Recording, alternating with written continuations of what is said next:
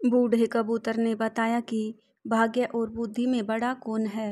नमस्कार दोस्तों, कहानी बड़ी ही प्रेरणादायक और ज्ञानवर्धक है, इसलिए कहानी के अंत तक हमारे साथ बने रहे।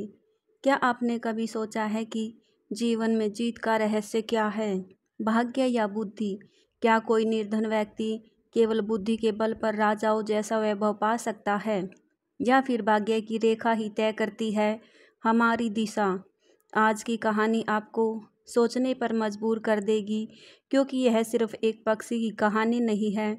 यह उस सवाल का उत्तर है जो हजारों वर्षों से हर इंसान के मन में है। भाग्य बड़ा या बुद्धि? एक बूढ़ा कबूतर, एक नीलकंठ पक्षी और एक चमत्कारी कथा जो शिव मंदिर के वटवृक्ष से शुरू होती है और ब्रह्मा जी के दरबार तक पहुंचती है। तो बने रहिए हमारे साथ इस प्रेरणादायक और चमत्कारी कथा में, जहां मिलेगा जीवन का गूढ़ रहस्य और एक ऐसी सीख जो आपकी सोच को बदल देगी। कहानी शुरू करने से पहले अगर आप हमारे चैनल पर नए हैं तो हमारे चैनल को सब्सक्राइब कर लें। प्राचीन समय की बात है। एक बूढ़ा कबूतर और नीलकंठ पक्षी शिव मंदिर के पास एक वटवृक्ष पर बैठे हुए थे। रोज उनका उठना बैठना वही होता था और वे भगवान भोलेनाथ की पूर्ण श्रद्धा से भक्ति किया करते थे। एक दिन नीलकंठ और कबूतर दोनों बैठे हुए थे। नीलकंठ ने बूढ़े कबूतर से एक प्रश्न पूछा और कहा, हे मित्र कबूतर, भाग्य बड़ा या बुद्धि? इस पर कबूतर कहता है, मित्र, आपका यह प्रश्न बहुत ही दिलचस्प और विचार करने योग्य है। आपके इस प्रश्न का उत्तर आपको एक कहानी के माध्यम से मिलेगा। तुम शांत होकर बैठ जाओ, मैं तुम्हें कहानी सुनाता हूँ। नीलकंठ कहता है, ठीक है, और वह शांत होकर बैठ जाता है। वह अपने दोनों कानों को बूढ़े कबूतर की हर बात पर लगाता है और बड़े ध्यान से इस कहानी को सुनता है। बूढ़ा कबूतर कहानी शुरू करता है और कहता है, मित्र, प्राचीन समय की बात है। एक बार ब्रह्मा जी का दरबार लगा हुआ था। सभी देवतागण दरबार में बैठे हुए थे। भाग्य और बुद्धि भी वहीं थे। ब्रह्मा जी के दरबार में बैठे बैठे बात करते करते भाग्य और बुद्धि की नोकझोंक शुरू हो गई। जब यह बहस काफ़ी बढ़ गई तो भाग्य कहता है, जो काम मैं करता हूँ वह यह बुद्धि नहीं कर सकती। बुद्धि बोली, मूर्ख मत बनो। जब मैं किसी का साथ छोड़ देती हूँ तो वह आदमी पागल हो जाता है, मृत्यु को प्राप्त हो जाता है। तुम कितना भी उसका साथ दे दो, लेकिन वह मेरे बिना कुछ नहीं कर सकता। भाग्य बोला, अरे मूर्ख बुद्धि, तुम नहीं जानती कि जिसका साथ मैं छोड़ देता हूँ, फिर तुम चाहे कितना भी उसके साथ रहो, उसका भला कैसे हो सकता है? जब मैं यानी उसका भाग्य ही उसके साथ नहीं रहेगा, तो क्या वह कभी भाग्यवान या धनवान हो पाएगा? नहीं, ऐसा कदापि नहीं हो सकता। भगवान ब्रह्मा के दरबार में दोनों में ऐसे ही वाद विवाद बढ़ता गया। दोनों एक दूसरे से झगड़ने लगे। बुद्धि कहने लगी, मैं बड़ी हूँ और मैं ही श्रेष्ठ हूँ। भाग्य कहने लगा, नहीं, तुम मुझसे बड़ी कैसे हो सकती हो? मैं बड़ा हूँ और मैं ही श्रेष्ठ हूँ। तभी ब्रह्मदेव ने दोनों को बहस करते हुए देखा और मन ही मन सोचा, भाग्य और बुद्धि दोनों महान देवता हैं। यह दोनों इस दुनिया के शक्तिशाली और प्रभावशाली देव हैं और यह आपस में इस तरह झगड़ रहे हैं जो ठीक नहीं है। इनका फैसला तो मुझे ही करना होगा। ब्रह्मदेव ने बुद्धि और भाग्य से पूछा, तुम दोनों झगड़ क्यों रहे हो? भाग्य कहने लगा, ब्रह्मदेव, मैं जिस मनुष्य का साथ छोड़ देता हूँ वह मनुष्य क्या कर सकता है? वह तो अपना सारा जीवन गरीबी और दरिद्रता में गुजारता है। वह अपने जीवन में कभी भी खुशी नहीं रह सकता। इतना सुनते ही बुद्धि बोल उठी, नहीं ब्रह्मदेव, भाग्य झूठ कह रहा है। जब मैं किसी का साथ छोड़ देती हूँ तो भाग्य चाहे उस मनुष्य का जितना भी साथ दे वह कुछ नहीं कर सकता। बुद्धिहीन मनुष्य तो मृतक के समान होता है। भगवान ब्रह्मा ने दोनों की बात ध्यान से सुनी।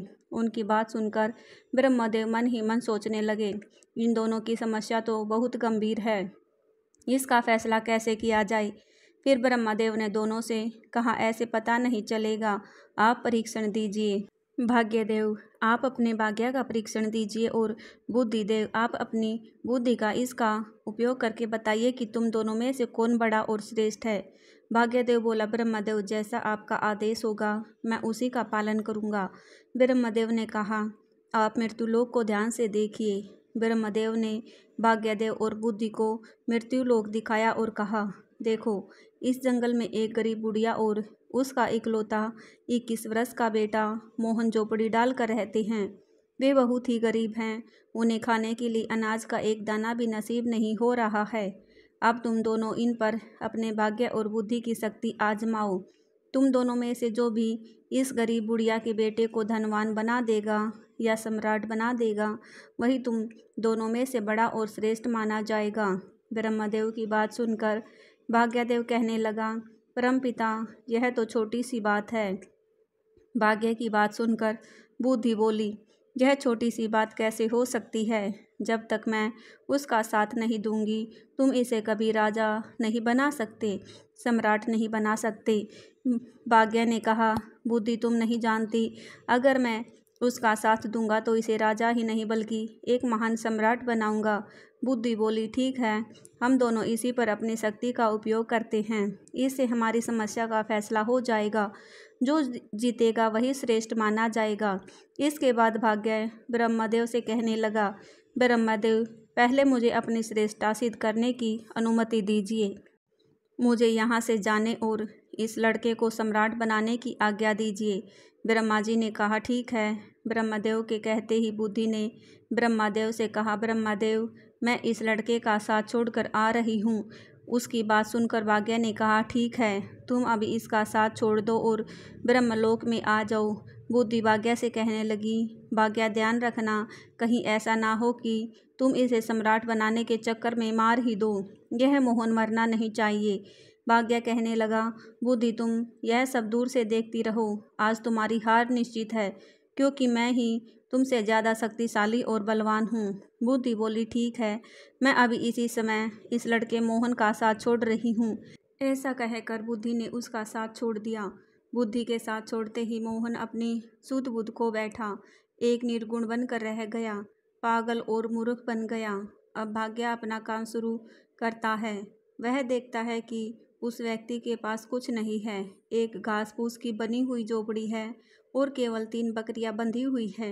लड़का उन बकरियों के खाने के लिए पेड़ पौधों की पत्तियां काट कर लाता है और उन्हें चराता है। वह पूरा दिन इसी में गुजार देता है। उसकी स्थिति देखकर भाग्य सोचता है, ना इसके पास पहनने के लिए अच्छे वस्त्र हैं और ना ही पैरों में पहनने के लिए जूते। अब मैं इसका साथ दे रहा हूँ और इसे राजा बना कर रहूँगा। भाग्य ने पासा पलटा। जिस रास्ते से वह चरवाहा निकल रहा था, उसी रास्ते में भाग्य ने एक सुंदर सोने के जूतों की जोड़ी रख दी।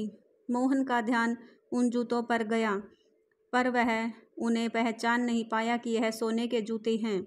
उसे तो बस पैरों में पहनने के लिए जूते चाहिए थे, इसलिए उसने वे सोने के जूते पहन लिए और सोचने लगा, चलो, जूते तो मिल गए, इससे मेरा बहुत समय का काम चल जाएगा। अब जंगल से चारा लाते और बकरियों को चारा चराते समय मेरे पैरों में कांटे नहीं लगेंगे। इन जूतों को पहनकर वह अपने घर आ जाता है। प्रतिदिन उसकी यही दिनचर्या चलती रही। वह जंगल में बकरियों को चराने जाता और जंगल से पेड़ पौधों की पत्तियां काट कर लाता और बकरियों को चराता रहता था। उसकी माता की बुद्धि भी समाप्त हो गई थी, क्योंकि बुद्धि उसे भी छोड़कर चली गई थी। भाग्य ने तो उस चरवाहे का खूब साथ दिया, लेकिन उसके जीवन में कोई बदलाव नहीं आया। भाग्य सोचने लगा कि मैंने तो इसे सम्राट बनाने का संकल्प लिया है, परंतु यह तो मुझे मूर्ख या पागल दिखाई देता है। इसका व्यवहार तो पागलों और मूर्खों की तरह हो गया है। यह सब देख रही बुद्धि ने भाग्य से कहा, क्या तुम नहीं जानते कि मैंने इसका साथ छोड़ दिया है? जब मैं किसी व्यक्ति का साथ छोड़ देती हूँ तो वह ऐसा ही व्यवहार करता है। भाग्य बुद्धि से कहने लगा, मैं भी देखता हूँ कि तुम क्या कर सकती हो। अब तुम भी देखोगी कि मैं क्या कर सकता हूँ। उस देश के नज़दीक ही एक देश का राजा विक्रमादित्य था।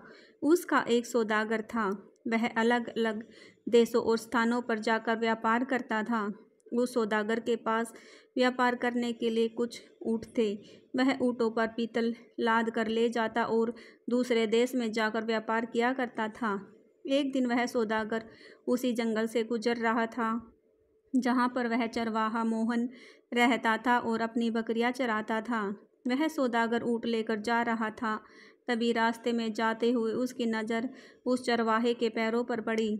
सौदागर ने देखा कि इस चरवाहे के पैरों में तो सोने के जूते हैं और यह इनकी कोई कदर नहीं कर रहा है। इसे देखकर लगता है कि यह सोने के जूतों के बारे में तो शायद जानता भी नहीं है। सौदागर अपने ऊँट से नीचे उतरकर उस चरवाहे से पूछने लगा, भाई तुम यह जूते कहाँ से लाए हो? उस चरवाहे ने उस सौदागर को बताया, यह जूते मुझे इस जंगल में रास्ते पर पड़े हुए मिले थे। सौदागर ने उस चरवाहे से पूछा, क्या तुम इन जूतों को बेचना चाहोगे? तो उस चरवाहे मोहन ने कहा, जरूर बेच दूंगा। इन्हें पहनते पहनते मुझे बहुत समय हो गया है, लेकिन यह टूटते या फटते बिल्कुल भी नहीं है। यह तो काफ़ी समय से ऐसे ही हैं। व्यापारी ने चरवाहे से कहा, यह जूते मुझे बेच दो। इन जूतों के बदले में जो चाहो मुझसे वह ले लो। उस चरवाहे ने व्यापारी से कहा, मुझे इन जूतों के बदले में ज़्यादा कुछ नहीं चाहिए, सिर्फ 1 मन अनाज चाहिए, जिससे मुझे और मेरी माता को 2 समय का भोजन प्राप्त हो जाए। हम तो भूखे मरते हैं। उसने सौदागर को वह सोने के जूते 1 मन अनाज के बदले ही दे दिए। सोने के जूते पाकर वह सौदागर बहुत खुश हो गया। वह सौदागर उस चरवाहे को 1 मन अनाज देकर चला जाता है। तब बुद्धि भाग्य से कहने लगी, भाग्य, देखते नहीं कि तुम्हारे जूते तो 1 मन अनाज के बदले में बिक गए। तुम समझ रहे हो ना, तुम्हारे सोने के जूते 1 मन आटे में जा रहे हैं। भाग्य ने बुद्धि की बात सुनकर कहा, बुद्धि तुम चिंता मत करो, मैं जिसका साथ देता हूँ उसे कोई भी राजा बनने से नहीं रोक सकता। मैं इसे एक महान सम्राट बनाकर ही रहूँगा। बुद्धि कहने लगी, भाग्य तुम मेरे बिना कुछ नहीं कर सकते। देखना तुम इसे अवश्य मार दोगे। यह बेचारा कहीं राजा बनते बनते मर ना जाए। भाग्य ने कहा, बुद्धि तुम कैसी बातें कर रही हो, देखना अब मैं क्या करता हूँ। और इतना कहकर भाग्य फिर से उस व्यक्ति के पास आता है। भाग्य ने दूसरे सोने के जूतों की जोड़ी जो सोने चांदी और जड़ाऊ हीरो से जड़ी हुई थी उसी रास्ते पर रख दी जिस मार्ग से चरवाहा बकरियों के लिए पत्ते लेने जंगल में जा रहा था। उस चरवाहे मोहन को फिर से सोने के जूते मिले तो वह तो बड़ा प्रसन्न हो गया। उधर सौदागर पहले वाले सोने के जूते पाकर बहुत खुश था। चलते चलते वह सोचने लगा, क्यों ना मैं इन्हें अपने राजा को भेंट करूं ताकि महाराज प्रसन्न होकर मुझे कुछ इनाम दे। यह सोचकर वह सौदागर सोने के जूतों को लेकर महाराज विक्रमादित्य के महल में गया। राज दरबार में जाकर उसने वह सोने के जूते राजा को दे दिए और कहने लगा, महाराज यह स्वर्ण जूते मैं खास तौर पर आपके लिए लेकर आया हूँ। यह जूते अद्भुत हैं। ऐसे जूते तो हमारे महाराज के पास होने चाहिए थे। महाराज विक्रमादित्य जूतों को देखकर बहुत प्रसन्न हुए। सोने के सुंदर जूते देखकर उन्हें ऐसा लग रहा था कि जैसे यह जूते देवलोक से आए हों और देवताओं ने इसे बनाया हो, मानो स्वयं विश्वकर्मा ने इन्हें बनाया हो।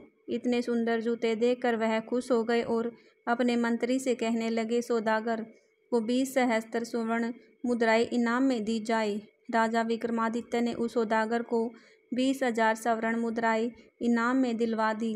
इतनी ज़्यादा स्वर्ण मुद्राएं पाकर सौदागर बहुत खुश हो गया और अपने व्यापार को बढ़ाने की सोचने लगा। उसके बाद वह दोबारा अपने ऊँटों पर पीतल लाद कर दूसरे देश में व्यापार के लिए चल पड़ा। वह सौदागर अपने व्यापार के लिए उसी जंगल से होते हुए जाता था जहाँ वह चरवाहा अपने पशुओं को चराता था और अपनी माता के साथ रहता था। इस बार भी उसी जगह से जा रहा था और संयोगवश चरवाहा भी वहीं पर अपनी बकरियों को चरा रहा था। जंगल में अपने सामने उस चरवाहे को दोबारा देखकर वह सौदागर खुश हो गया। उसने फिर से उस चरवाहे के पैरों की ओर देखा। उसके पैरों में दूसरी जोड़ी स्वर्ण जूते देखकर उसने सोचा, इसके पास तो और सोने के जूते आ गए, ना जाने यह कहाँ से ऐसे जूते लेकर आता है। सौदागर ऊँट से उतरा और उतरकर उस चरवाहे के पास आया और चरवाहे से बोला, भाई क्या तुम फिर से इन जूतों को भी बेचना चाहोगे? चरवाहे की तो जैसे मनचाही मुराद पूरी हो गई। वह बोला, हाँ हाँ जरूर बेच दूंगा, लेकिन इस बार आपको इसके बदले मुझे 1 बोरी चने की देनी होगी। सौदागर भी खुश हो गया और बोला, हाँ हाँ ठीक है, मैं 1 बोरी चने की दे दूंगा। चरवाहे ने एक शर्त और रख दी। वह बोला, चने बुने हुए होने चाहिए। सौदागर ने उसकी यह बात भी मान ली। 1 बोरी बुने हुए चनों की उसको दे दी। वह उसे सोने के जूते की दूसरी जोड़ी भी लेकर आगे चला गया। अब सौदागर के मन में यह विचार आने लगा, पहले 1 जोड़ी जूते जो मैंने महाराज को भेंट किए थे, उसके बदले महाराज ने मुझे 20,000 स्वर्ण मुद्राएं दी थी। इस बार हो सकता है कि महाराज मुझे पिछली बार से भी ज़्यादा बड़ा इनाम दे। मैं इनको भी महाराज की सेवा में लेकर जाता हूँ। वह इस बार भी उन हीरे जवाहरात और रतन जड़े सोने के जूतों को लेकर राजा विक्रमादित्य के दरबार में गया। सौदागर राजा से बोला, महाराज, मैं आपके लिए हर बार कोई ना कोई विचित्र वस्तु लाता रहता हूँ। हे राजन, आप इन्हें स्वीकार कीजिए। राजा विक्रमादित्य ने जब जूतों को देखा तो कहने लगा, सच में यह बहुत सुंदर हैं। यह सोने के जूते हैं और पिछली बार दिए गए सोने के जूतों से भी ज़्यादा सुंदर हैं। सौदागर, मुझे तुम यह बताओ कि तुम यह जूते लाते कहाँ से हो? तुम्हें यह जूते कौन देता है? अब सौदागर क्या बोलता? जब सौदागर को कुछ समझ नहीं आया कि राजा को क्या जवाब दे, तो कुछ सोच विचार कर उसने झूठ बोलना ही ठीक समझा और बोला, महाराज, दक्षिण देश में एक सम्राट है।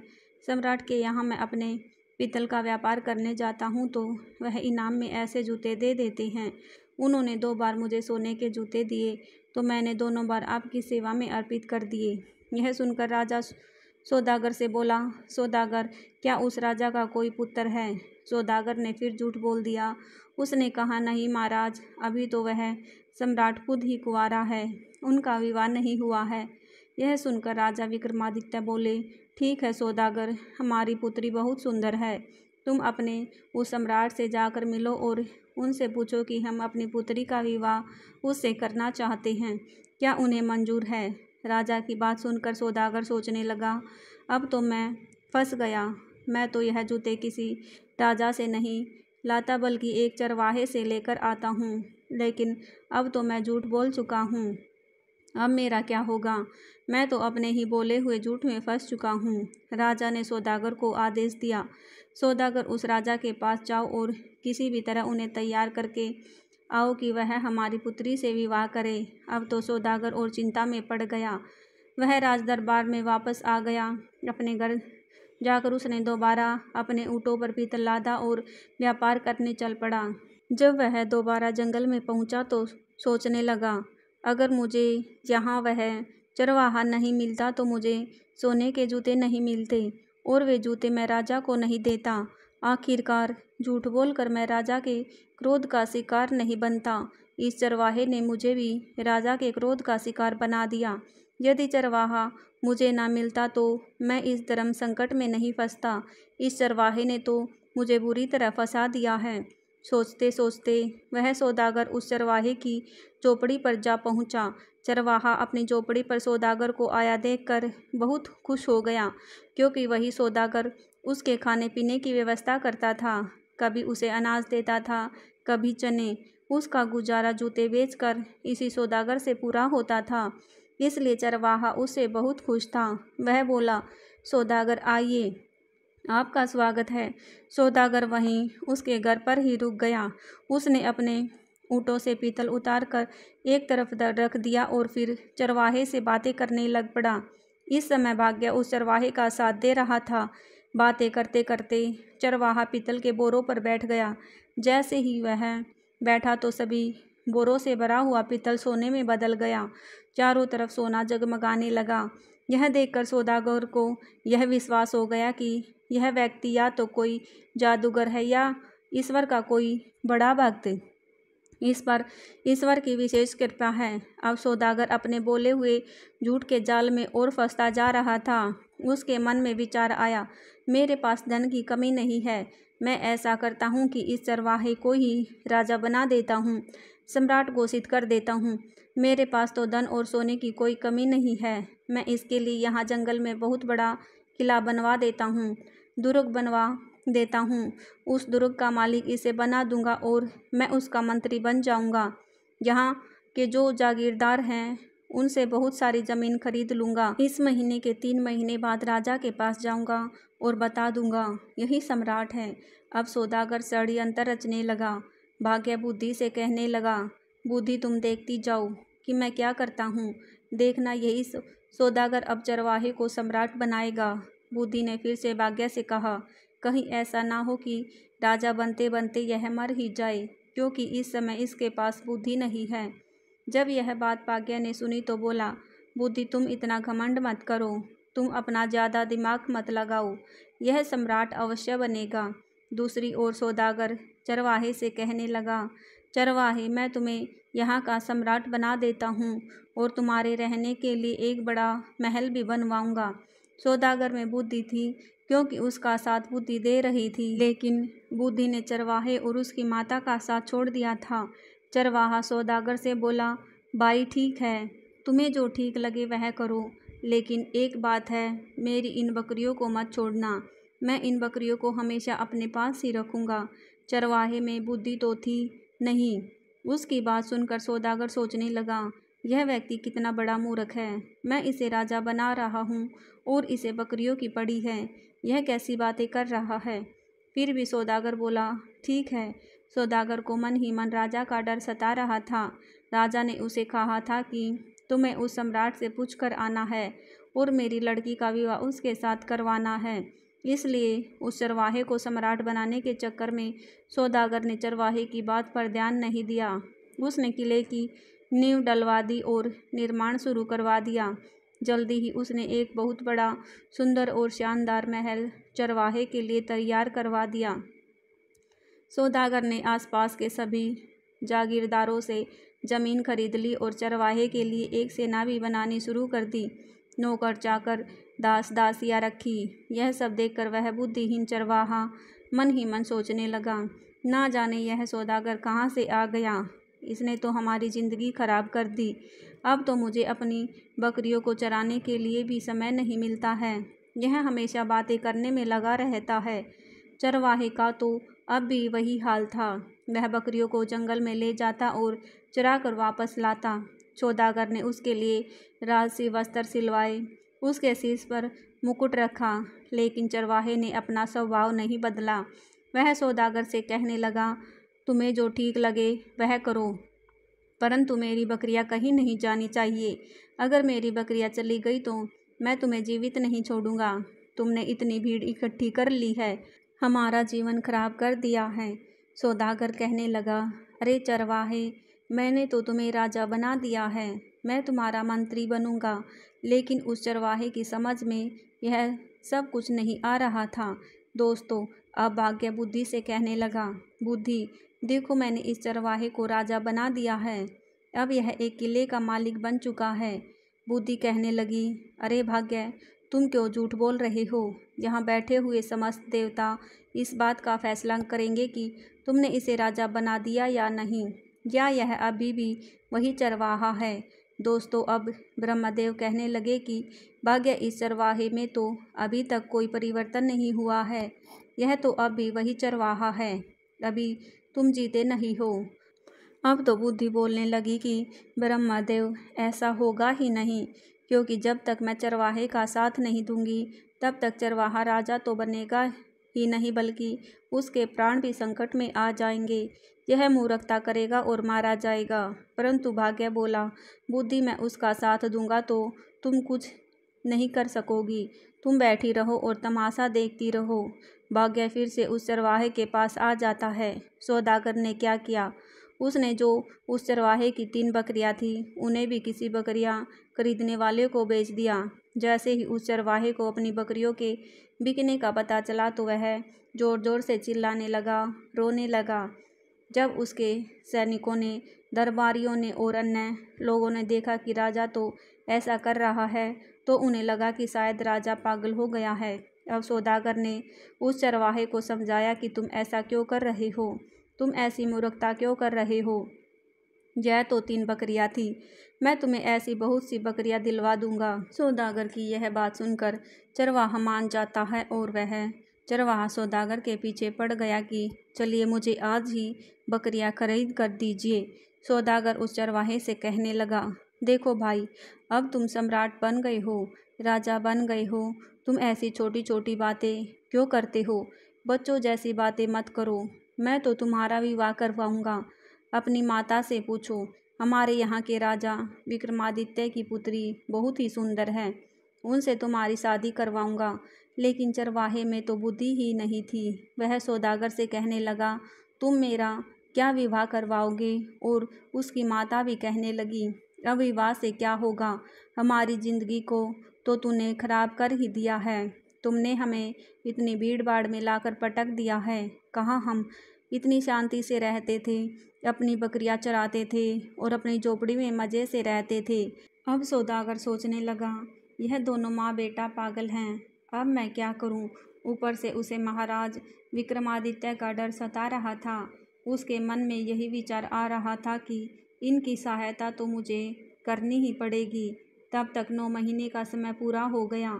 अब सौदागर अपने देश में महाराज विक्रमादित्य के पास पहुंचा। महाराज से कहने लगा कि महाराज, अब आप अपने मंत्री को भेज दीजिए। मैंने अपने सम्राट को मना लिया है। वह आपकी लड़की से शादी करने के लिए तैयार है। यह सुनकर राजा विक्रमादित्य ने मंत्री को बुलाया और उनको सौदागर के साथ सम्राट के पास भेज दिया। सौदागर उसको लेकर चल पड़ा और वह उसको चरवाहे के महल में लेकर आया। उसने चरवाहे को राजसी वस्त्र पहनाए। चरवाहा सौदागर से कहने लगा, यह तुम क्या कर रहे हो? ऐसे भी कहीं विवाह होते हैं? सौदागर बोला, अब तुम चुप रहना, अब बिल्कुल भी मत बोलना, नहीं तो महाराज विक्रमादित्य तुम्हें और मुझे दोनों को फांसी की सजा दे देंगे। इस बात का ध्यान रखना कि अब तुम्हें बोलना नहीं है। सौदागर के मुंह से फांसी की बात सुनकर चरवाहा मोहन बुरी तरह से डर जाता है और उसकी बात मान जाता है। राजा का मंत्री उसकी सगाई कर देता है और शुभ मुहूर्त देखकर विवाह का दिन तय करके उसे बोल देते हैं कि आपको इस दिन बारात लेकर महल में आना है। इसके बाद वह मंत्री वापस अपने देश को लौट जाते हैं। उनके महल में पहुंचने के बाद राजा ने उनसे पूछा कि सम्राट कैसा है? बोले, महाराज, उसके पास तो किसी चीज़ की कमी नहीं है। बहुत सारा सोना है, खजाने भरे पड़े हैं। वह तो बहुत ही महान राजा दिखाई पड़ता है। बात सुनकर राजा विक्रमादित्य भी बड़े प्रसन्न हुए। अब तो राजा विक्रमादित्य ने भी शादी की तैयारी शुरू कर दी। धीरे धीरे समय बीतता गया और विवाह का शुभ दिन नज़दीक आ पहुंचा। विवाह के दिन सौदागर ने चरवाहे को खूब सजाया, दूल्हा बनाया और एक सुंदर रथ में बिठाकर उसकी बारात लेकर चल पड़ा। इधर सौदागर चरवाहे को शादी के लिए लेकर जा रहा था। उधर भाग्य बुद्धि से कहने लगा, देखो बुद्धि, अब मैं चरवाहे का विवाह भी राजा की पुत्री से करवा रहा हूँ। बुद्धि मुस्कुराकर बोली, भाग्य, बस देखते जाओ। तुमने अभी इसकी मृत्यु का षड्यंत्र रच दिया है। तुम्हें भी पछतावा होगा कि तुमने यह क्या कर दिया है। यह चरवाहा भी तुम्हारे जाल में फंस चुका है। तुम तो इसे राजा बनाने की बात कर रहे हो। देखते जाओ, तुम्हारे कारण अब यह चरवाहा अपने प्राण खो देगा। भाग्य बोला, बुद्धि, जब मैं तो उसका साथ दे रहा हूँ तो तुम क्यों परेशान हो रही हो? बस तुम देखती रहो कि मैं क्या करता हूँ। कुछ दिन का सफ़र तय करने के बाद चरवाहे की बारात राजा विक्रमादित्य के यहाँ पहुँच जाती है। जब राजा ने देखा कि बारात पहुँच चुकी है तो अपने मंत्रियों के साथ ढेर सारे उपहार देकर बारात का स्वागत करने के लिए नगर के द्वार की ओर चल पड़ा। दूसरी ओर जब चरवाहे ने देखा कि सामने से ढाल तलवार लेकर कोई राजा सेना के साथ आ रहा है तो वह बुरी तरह डर गया और अपने रथ से उतरकर भागने लगा। चरवाहे को भागता देखकर सौदागर ने सोचा, यह तो पक्का मुझे मरवाएगा। सौदागर भी रथ से उतरकर पकड़ने के लिए उसके पीछे पीछे भागता है और उसे पकड़ लेता है। सौदागर पकड़कर उसे समझाता है कि राजा तुम्हें भी मार देगा और मुझे भी। तुम ऐसे क्यों भाग रहे हो? चरवाहा डर गया और बोला, ठीक है, लेकिन तुम्हें हर समय मेरे साथ ही रहना पड़ेगा। सौदागर के हाँ करने पर वह सौदागर के साथ वापस आ गया। सौदागर से कहने लगा कि यह राजा तो तलवार लेकर आ रहा है, कहीं हमें काटेंगे तो नहीं? सौदागर ने कहा, चिंता मत करो, वह तुम्हें कुछ नहीं कहेंगे। तुम्हारा विवाह होगा, तुम्हें दुल्हन मिलेगी, तुम डरो मत। इतना सुनकर वह चरवाहा वापस आकर अपने रथ पर बैठ जाता है। राजा ने देखा चरवाहा बना। राजा देखने में तो बहुत सुंदर था। उसने बारात का स्वागत किया। अपने कहे अनुसार सौदागर हर जगह उसके साथ साथ जा रहा था। जब मंडप में जाने का समय हुआ तो सौदागर धर्म संकट में फंस गया कि वहाँ भी उसे साथ ही जाना पड़ रहा था। वह मंडप में पीछे बैठ गया। राजा विक्रमादित्य कहने लगा, सौदागर तुम इसके साथ साथ क्यों रहते हो? तो सौदागर बोला, महाराज मैं इनका मंत्री हूँ, इन्होंने मुझे अपना मंत्री बनाया है। राजा ने अपनी पुत्री का विवाह उस चरवाहे के साथ कर दिया। इस तरह राजा ने निश्चित दिन अपनी पुत्री का विवाह उस चरवाहे से कर दिया। शादी हो जाने के बाद राजा ने दामाद को महल का ही एक भाग दे दिया। राजा का कोई पुत्र नहीं था तथा वह दामाद को अपने पास ही रखना चाहता था ताकि राज सिंहासन बाद में उसे सौंप सके। अब सौदागर को रहने के लिए अलग स्थान दे दिया गया। सौदागर मन ही मन घबरा रहा था कि कहीं चरवाहा भेद ना खोल दे। चरवाहा बहुत प्रसन्न था। यह देखकर बुद्धि मुस्कुराई तो भाग्य बोला, देखती रहो, मैंने इसका विवाह राजा की पुत्री के साथ करवा दिया है। अब यह चरवाहा सम्राट बनने ही वाला है। भाग्य की यह बात सुनकर बुद्धि कहने लगी, अरे भाग्य तुम क्यों बेवकूफ़ बन रहे हो? तुम जानते हो कि उसे कुछ पता ही नहीं है कि राजा क्या होता है, विवाह क्या होता है। वह तो कुछ जानता ही नहीं है। उसकी तो मृत्यु निकट आ गई है। वह तो मरने वाला है। भाग्य कहता है, यह तुम क्या कह रही हो? बुद्धि बोली, मैं सच कह रही हूँ। मैंने जब इसका साथ छोड़ा था यह तो उसी समय मर गया था, क्योंकि बुद्धिहीन व्यक्ति तो वैसे ही मृतक के समान होता है। अब यह बेचारा मारा जाएगा। तुम तो बस इसे बचाने की कोशिश करो। अब यह मरने वाला है, आप इसे बचाइए। भाग्य बोला, यह मरेगा क्यों? इसकी शादी हो गई है। अब यह आराम से वहाँ पर रहेगा और फिर सम्राट बनेगा। राज परिवार की परंपरा के अनुसार राजकुमारी वधू के वेश में सज संवर कर खाना लेकर रात को अपने पति के कक्ष में गई। चरवाहे ने अपनी सुंदरता से सजी और आभूषणों से लदी कन्या सपने में भी नहीं देखी थी। वह डर गया। उस बुद्धिहीन चरवाहे को बचपन में अपनी दादी की सुनाई हुई कहानी याद आ गई, जिसमें एक राक्षसी सुंदरी का वेश बनाकर गहनों से सजी धजी एक पुरुष को खा जाती है।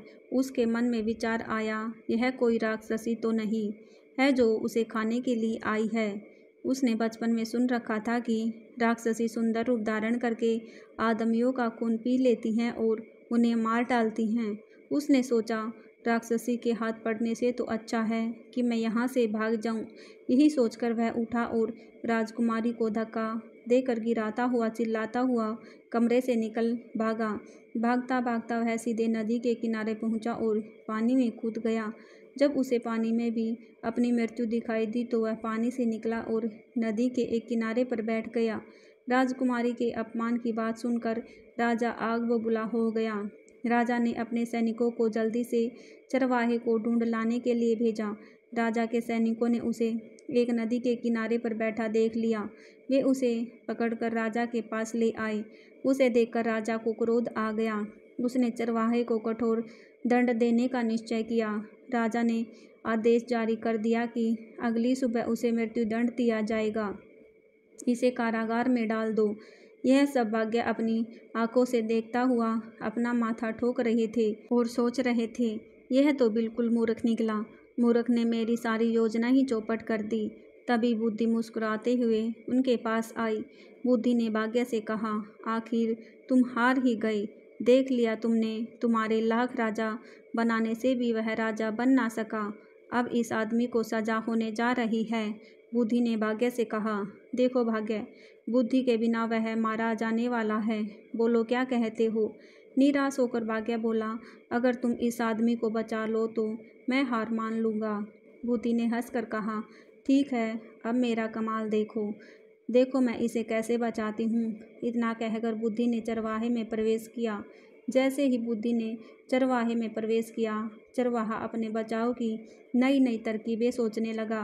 दूसरे दिन जब चरवाहे को मृत्युदंड के लिए राजा के सामने पेश किया गया तो चरवाहा बोला, महाराज, आप मेरे ससुर हैं।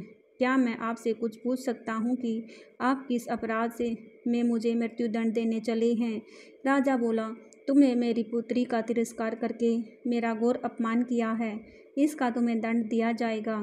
तब चरवाहा बोला, राजन, मेरे कुल में मान्यता है कि विवाह के पश्चात पहली रात को यदि वर वधू की जानकारी में कोई व्यक्ति नदी में डूब मरे तो वधू विधवा हो जाती है या संतानहीन रह जाती है।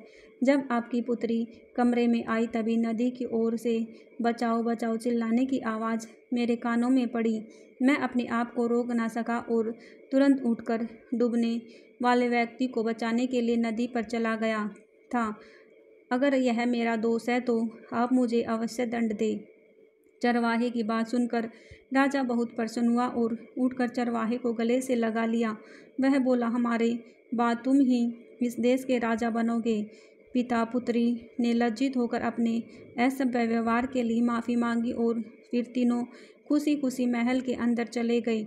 उधर ब्रह्मा के दरबार में बुद्धि और भाग्य का फैसला हो चुका था। समस्त देवता बुद्धि की जय जयकार करने में लगे थे। वे कहने लगे, भाग्य तुम कुछ नहीं कर सकते, जिसका साथ बुद्धि नहीं देगी वह कुछ नहीं कर सकता। बुद्धि ने मुस्कुराकर भाग्य की ओर देखा। भाग्य ने हंसकर कहा, मैं अपनी हार मानता हूँ, तुम वास्तव में मुझसे बड़ी हो। साथियों, इस तरह नीलकंठ को भी अपने प्रश्न का उत्तर मिल चुका था। यह कथा सुनाते हुए बूढ़ा कबूतर कहता है, मित्र नीलकंठ, इसलिए हमें केवल एक पर गर्व नहीं करना चाहिए। बुद्धि का घमंड हमें अंधा बना देता है और भाग्य का भरोसा हमें आलसी। सच्चा जीवन वही है जिसमें दोनों का संतुलन हो, और वह संतुलन आता है भगवान की भक्ति और आत्मचिंतन से। नीलकंठ ने कबूतर की बात को गहरे से समझा और उसकी आंखों में श्रद्धा के आंसू छलक आए। यह बोला, हे मित्र, आपने तो जीवन का सारा सार बता दिया। आज से मैं सिर्फ बुद्धि पर नहीं, ईश्वर के आशीर्वाद पर भी भरोसा करूँगा। बुद्धि और भाग्य दोनों ही जीवन रूपी रथ के पहिए हैं। केवल एक से रथ नहीं चलता, संतुलन ही सच्चा पथ है। और इसके बाद बूढ़ा कबूतर और नीलकंठ भोजन की तलाश में जंगल की ओर निकल गए। दोस्तों, उम्मीद है आपको कहानी अच्छी लगी होगी। कहानी पसंद आई हो तो वीडियो को लाइक करके चैनल को सब्सक्राइब कर लेना, साथ में बेल आइकन भी दबा देना। मिलती हूँ आपको एक और मज़ेदार कहानी के साथ। तब तक के लिए आप सभी का धन्यवाद। जय श्री कृष्णा। राधे राधे।